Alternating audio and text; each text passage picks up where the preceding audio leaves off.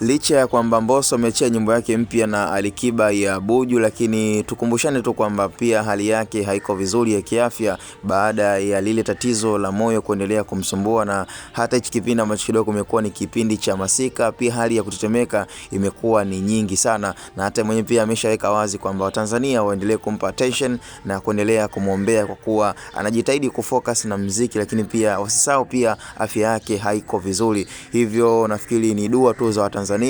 na kuendelea kuonyesha upendo kwa Mbosso ambaye amejitahidi sana licha ya kwamba anaumwa na anasumbuliwa na tatizo la moyo, na pia issue ya kutetemeka kwenye kipindi cha masika kwake imekuwa ni kawaida, lakini still anaonyesha kwamba uwezo wa kupambana na kuwafurahisha mashabiki na kuwapa kile ambacho wanakihitaji inawezekana, na ndio maana mpaka leo hii tunaona pia Mbosso ameendelea kufocus na muziki. Na ukiangalia pia kwenye nyimbo mpya ya Buju ambayo Alikiba ameweza kushirikishwa, nafikiri ni ngoma ambayo pia Alikiba naweza nikasema kabisa kwamba amefunikwa na mtoto Mbosso, na hii imekuwa ni kawaida sana kwa Mbosso kumfunika Harmonize na Alikiba this time, kwamba ni orodha ya wasanii wakubwa ambao tayari wamesha nyongwa kwenye issue ya vesi na mtoto Mbosso kani shredded. Sasa nafikiri cha msingi tukutane kwenye upande wa comment ndani ya Bongo Umbea TV, uniambie nini ambacho unaweza kushauri kwa mtu kama Mbosso, ama dua gani ambazo unaweza kumwombea Mbosso